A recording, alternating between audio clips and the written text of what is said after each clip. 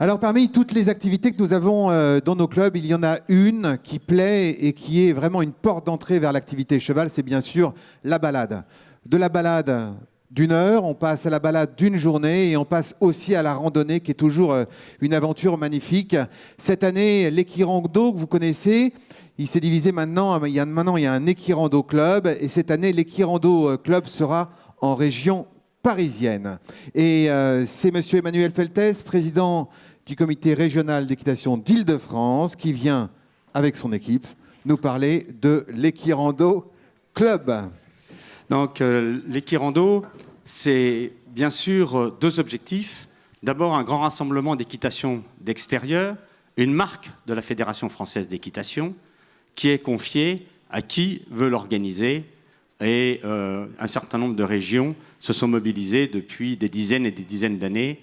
La dernière édition 2017, c'était donc en Rhône-Alpes, à Bourg-en-Bresse, 1000 chevaux, 40 000 personnes lors du défilé.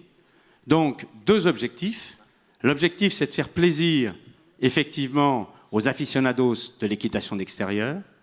C'est également chercher à fidéliser le public de nos clubs qui, eux, ne sont pas spécialisés dans l'équitation d'extérieur, mais qui, pour certains, et là aussi, il faut quelquefois se remettre en question, comme on vient de le faire ce matin, les sortir des bacs à sable. Les sortir des bacs à sable, c'est, même si on pense qu'on n'a pas un extérieur extraordinaire, ils sont toujours contents de pouvoir aller à l'extérieur du club. N'hésitons pas à le faire, et c'est également un des objets de l'Equirando. Puis, quand on vous parle de 40 000 personnes qui viennent voir le défilé, quelle est l'image du grand public? L'image du grand public aujourd'hui, pour le cheval, c'est pas ce qu'on propose. C'est sûrement pas d'aller voir les concours épiques à 1m50, 1m60. Au bout de 5 minutes, ils n'ont rien compris. Ils ont vu que la barre, elle tombait ou elle tombait pas. Tu ne sais pas pourquoi elle tombe d'ailleurs. Et puis, ils vont faire autre chose.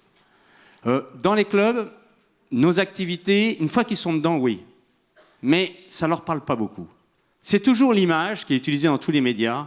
C'est le cheval qui galope dans la nature. C'est le cheval qui galope sur la plage. Ça, c'est l'image du grand public. C'est aussi une image que l'on peut vendre au grand public, mais qu'on peut vendre aux collectivités. L'idée de cet Equirando, c'est effectivement d'intéresser nos cavaliers, spécialistes ou non spécialistes de l'équitation d'extérieur, mais c'est également de faire un vecteur de communication pour notre région, la région Île-de-France, le département où ça va avoir lieu, les Yvelines. Et là, on se rend compte que les élus, quand on leur parle extérieur, territoire, visite d'un territoire, là, ce sont des mots qu'ils comprennent. Et donc, en fait, cet Equirando 2019, il est porté effectivement par le comité régional d'équitation d'Île-de-France, mais il est surtout porté par des élus d'un département, qui est le département des Yvelines, qui ont vraiment envie, qui aujourd'hui se donnent tous les moyens pour faire connaître leur territoire. Alors, quelques mots sur l'Equirando classique. L'Equirando classique, vous le savez tous, en tout cas ceux qui se sont intéressés à l'équitation d'extérieur, c'est 100 km à cheval. Vous venez d'où vous voulez, et nous, équipe d'organisation, on a mis en place les J-1, les J-2, en vous proposant des itinéraires pour venir de l'Est, de l'Ouest, du Sud et du Nord de l'Île-de-France, avec des possibilités d'étapes, le J-2 et J-1 organisés. Ça, pour ça, n'hésitez pas, vous pouvez appeler, on vous donnera toutes les docs. La deuxième, après, on s'est adressé au public qui n'était pas un spécialiste de l'équitation d'extérieur avec des produits pour les clubs. Bon, on va repasser sur celle-là. Hop. Le Haras des Bréviaires, oui. Alors si, le Haras des Bréviaires, un petit mot sur le Haras des Bréviaires. Quand je vous parle de région parisienne, depuis hier matin, je parle de l'Equirando, puisque je suis là pour défendre cette marque de la fédération. On me dit, oh ben oui, mais c'est bien, nous aller défiler à Paris, c'est comme si on était les Gilets jaunes et qu'on était sous l'Arc de Triomphe et la Tour Eiffel. Peut-être que les familles qui vont effectivement participer à cet Equirandin, j'espère qu'il y aura beaucoup de provinciaux, vont se dire, ben tiens, on en profitera pour aller faire un tour à la capitale. Mais l'objectif, et je vous garantis que les territoires en Île-de-France, les forêts de Ménial, les châteaux, les endroits à visiter sont absolument magnifiques. Vous ne regretterez pas d'avoir randonné vers l'Île-de-France et en Île-de-France.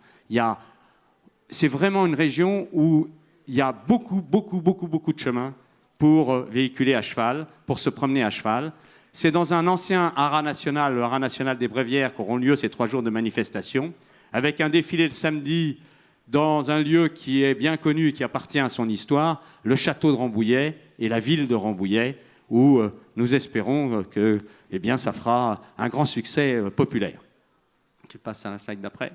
Donc je reviens sur maintenant l'équirando pour des publics qui ne sont pas spécialisés dans l'équitation d'extérieur, pour des clubs qui disent « moi j'ai un moniteur, pourquoi pas, je vais essayer de faire un effort pour les sortir des bacs à sable, je vais essayer de ne pas mettre mes chevaux, traditionnellement pour les chevaux parisiens, c'est généralement le mois des vacances, et de se dire on va essayer de proposer un produit un peu étonnant.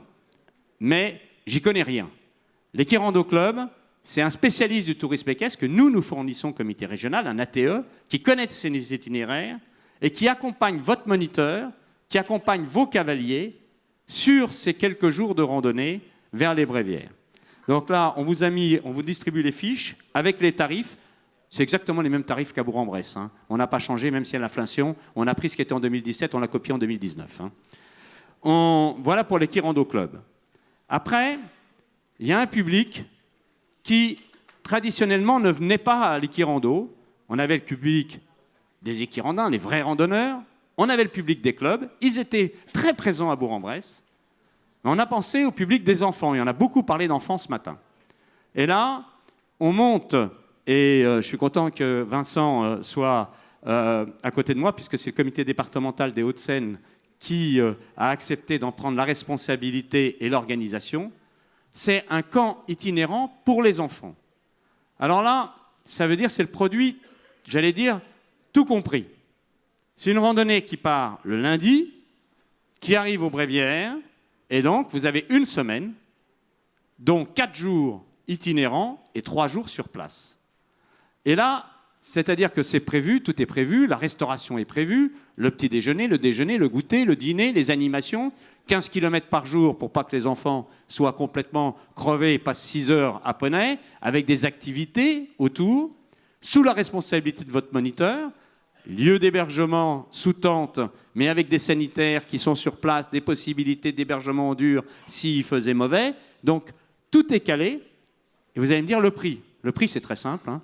Moi, j'ai appelé Frédéric Bouygues, je lui ai dit combien c'est à la motte. Il m'a dit c'est 250 € la semaine. Et ben, c'est 250 € la semaine.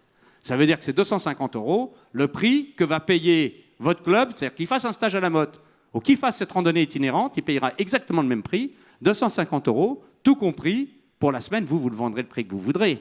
Hein, mais c'est 250 € pour 7 jours de randonnée, enfin 4 jours itinérantes et 3 jours sur place. C'est ce prix Équirando Club. Et l'organisation, et je le remercie, c'est le comité départemental des Hauts-de-Seine, qui représenté là par Vincent. Ils ont trouvé des itinéraires absolument super et je pense que les enfants vont découvrir des endroits absolument fantastiques. Oui, alors moi-même, je viens d'une région qui est très jolie, qui est l'Ardèche, du sud de l'Ardèche. Je me suis atterré un petit peu sur Paris et j'ai découvert la vallée de Chevreuse et c'est la question, est-ce que je reste pas en vacances cet été dans la vallée de Chevreuse parce que j'ai trouvé ça magique. Il y a des châteaux, et on va essayer de faire venir et faire un petit peu un voyage dans l'histoire aussi avec les enfants, faire venir des animateurs des combats d'épée au milieu des châteaux, voilà, des choses qui vont faire un petit peu rêver les enfants. Voilà, j'avais 5 minutes. Les itinéraires, les points d'étape, vous avez une question. Hein, aujourd'hui, au comité régional, il y a quelqu'un qui gère tout ça. Vous voulez avoir un itinéraire spécifique, vous avez besoin d'aide pour monter votre itinéraire, monter vos étapes. Il y a une équipe qui, au quotidien, est à votre disposition pour vous donner tous les renseignements. Donc, vous ne dites pas c'est compliqué. Le compliqué peut devenir facile. Emmanuel, il y a déjà des questions et peut-être même des inscriptions en direct. Madame, avec le pull rayé. Attendez, on va vous apporter un micro.